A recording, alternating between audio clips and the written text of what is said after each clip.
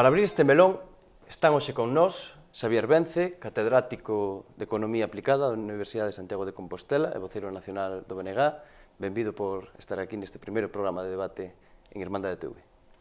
Obrigado e encantado de estar aquí inaugurando esta nova televisión que espero que sexa un éxito e un refresco para a opinión dos galegos. Benvido. Está con nós tamén Olaya Rodil, xornalista, traballadora do Diario Digital e Semanario en Papel, Sermos Galiza. Benvida tamén por estar aquí con nós. Obrigada.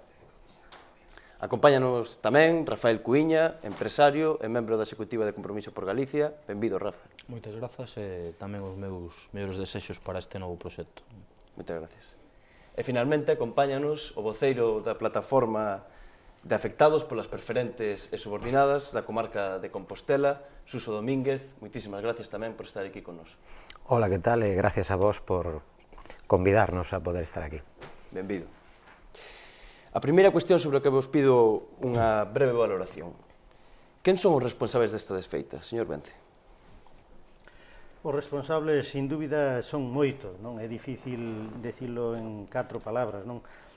Poderíamos decir que hai unha responsabilidade inmediata que é a que hoxe está, eu creo que na opinión e na mente da maior parte dos cidadáns, que é a mala xestión nos últimos anos dos directivos das entidades, unha xestión, sin dúbida, irresponsable e dolosa, con unha estrategia que resultou ser unha catástrofe para as entidades e para o país, pero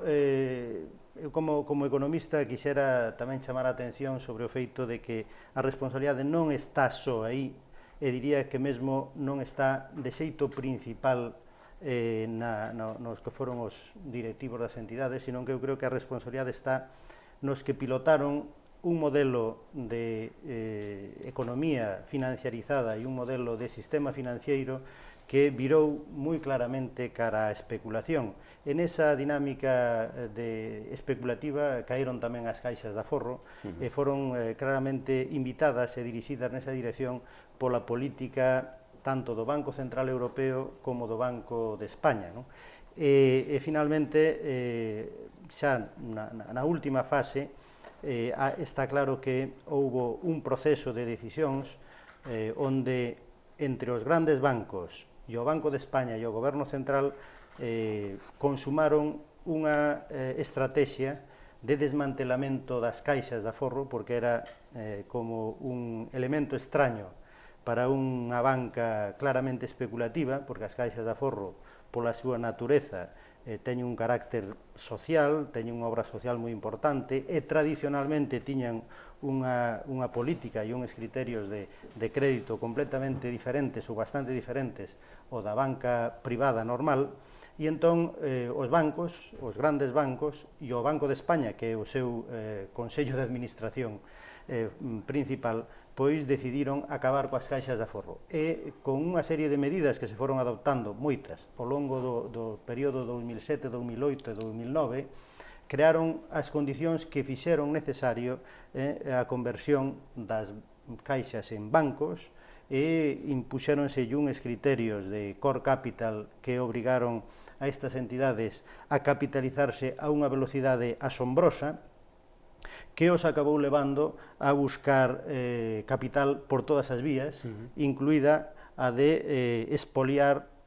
os seus aforradores, os seus propios clientes, e así fixeron unha estrategia de captación do aforro dos seus clientes que acabou dando lugar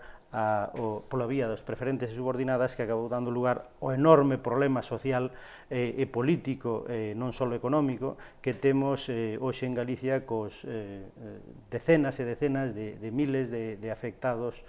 por preferentes e subordinadas. Pero, en definitiva, eu creo que a culpa final de todo iso está en que o Banco de España, os grandes bancos e o Goberno Central decidiu acabar co modelo de caixas de aforro, e ao acabar con ese sistema, con ese modelo de caixas de aforro, pois deixou un panorama que é o que temos na actualidade. Por lo tanto, os responsables hai que buscalos en esos diferentes niveles, que son varios, moitos. Señor Cuíña. Bueno, eu teño que suscribir basicamente o que acaba de decir Xavier Vence, porque creo que ten pouco debate, decir, o que acaba de decir é absolutamente certo, non? Pero eu creo que temos que acortar un pouco este nivel de responsabilidades, decir que aquí hubo uns señores, uns consellos de administración presididos por determinadas persoas que teñen que ser responsables, incluso eu creo que xa están algúns en mans da xusticia, estamos falando de medidas penais, do que pasou coas caixas galegas, non? Eso por unha parte, decir, estes consellos de administración estaban conformados pois tamén por empresarios, estaban conformados tamén por políticos, quero decir, que aquí pouca xente se pode librar de responsabilidade en canto a esta teima que estamos sufrindo coas caixas galegas. Pero tamén hai que dicir que hai outro tipo de responsabilidades, como ben decía Xavier Vence, o órgano regulador. O Banco de España, lóxicamente, como órgano regulador, tiña que ser o que tiña que estar pendente de que as caixas non chegarasen á situación que finalmente chegaron, polo tanto é corresponsable tamén do que estaba pasando. Estamos falando neste caso do famoso MAFO, eu creo que eu sei, bueno, pois por conversas políticas con determinados líderes políticos deste país que chegou a amenazar de que se a fusión das caixas non se producía determinado fin de semana porque pois que así interviña, non? Con ese tipo de amenazas. Por lo tanto, eu creo que hai responsabilidades moi claras, moi determinadas,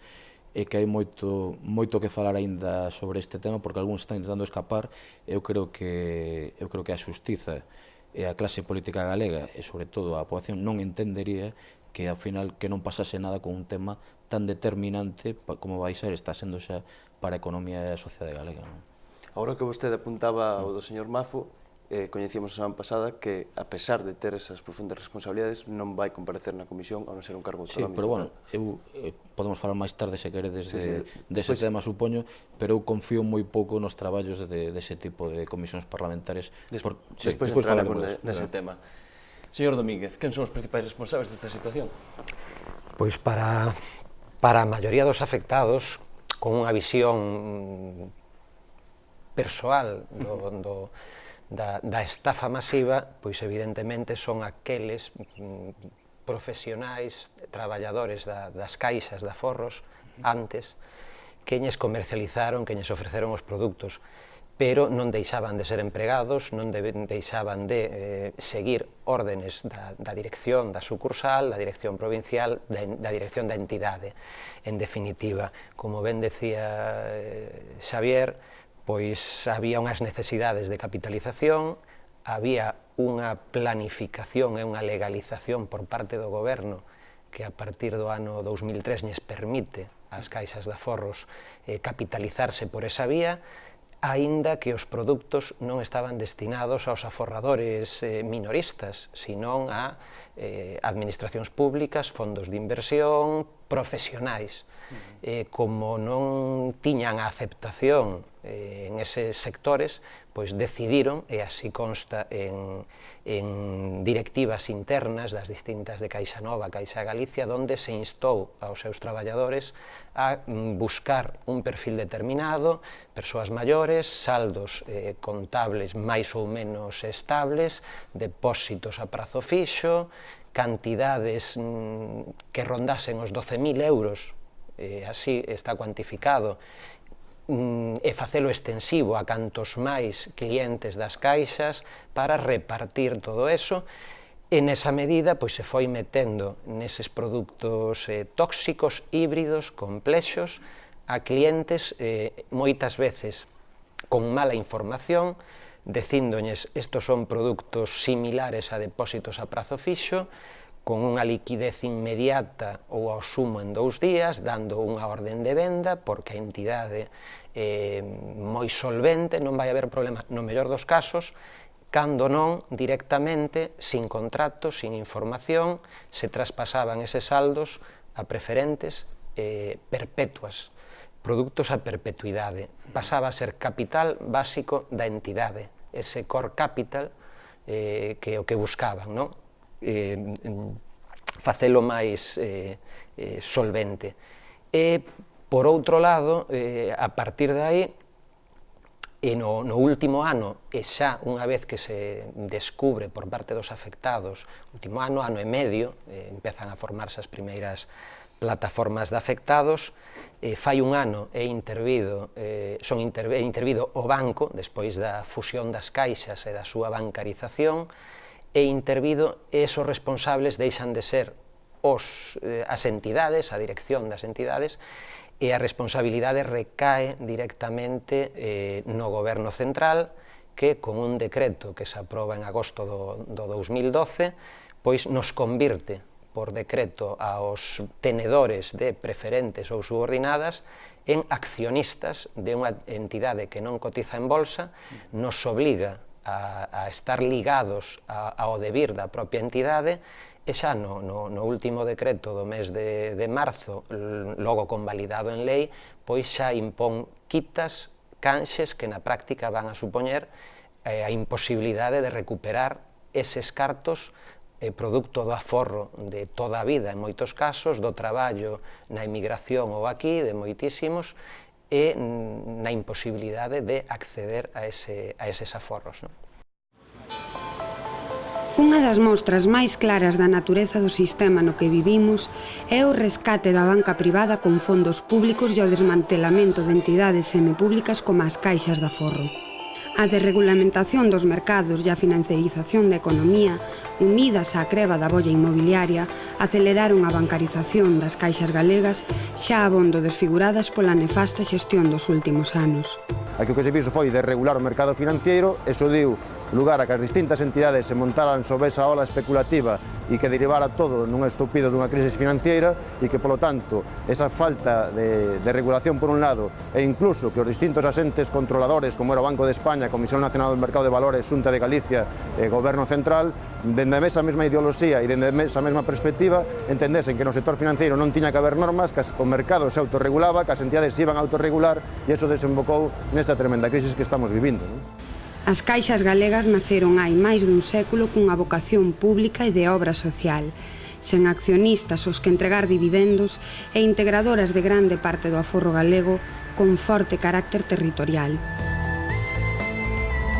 Un dos fitos históricos foi a fundación no 1930 da Caixa de Aforros de Pontevedra polo nacionalista Alexandre Bóveda, sabedor da importancia que para a nosa economía debía ter un sistema financeiro autocentrado que evitase o espolio do aforro reinvestindo nos nosos sectores productivos. Porén, as caixas galegas que acadaran unha importante cuota de mercado víronse abocadas a un proceso de fusión fronte aos novos requisitos impostos polo goberno español e o Banco Central Europeo. Así, fortaleceuse o proceso de concentración e centralización do capital, que demostra o carácter de clase máis tamén territorial da actual crise sistémica, con nefastas consecuencias para a clase traballadora e os sectores básicos de economía no noso país. O primeiro que hai que denunciar é o comportamento da Xunta de Galicia en todo este proceso, unha complicidade absoluta no proceso de descentralización do sistema financeiro. Hai que destacar que o goberno español, lóxicamente, dentro desa recentralización do Estado que defende o Partido Popular, está impulsando unha centralización e concentración do poder económico para o beneficio da gran oligarquía financiera española. E, por outra parte, incluso o Partido Socialista, que hoxe está na oposición e hoxe alza voz, pois curiosamente, cando estaba no goberno central, pois insistiu nas mesmas políticas de privatización do público, das entidades públicas e de centralización do sistema financiero. Por lo tanto, estamos ante políticas que, insisto, máis alá de un outro partido ou dun outro organismo, teñen a súa base nun concepto que é ese neoliberalismo extremo que nos queren impoñer tamén dentro do punto de vista do sector financiero.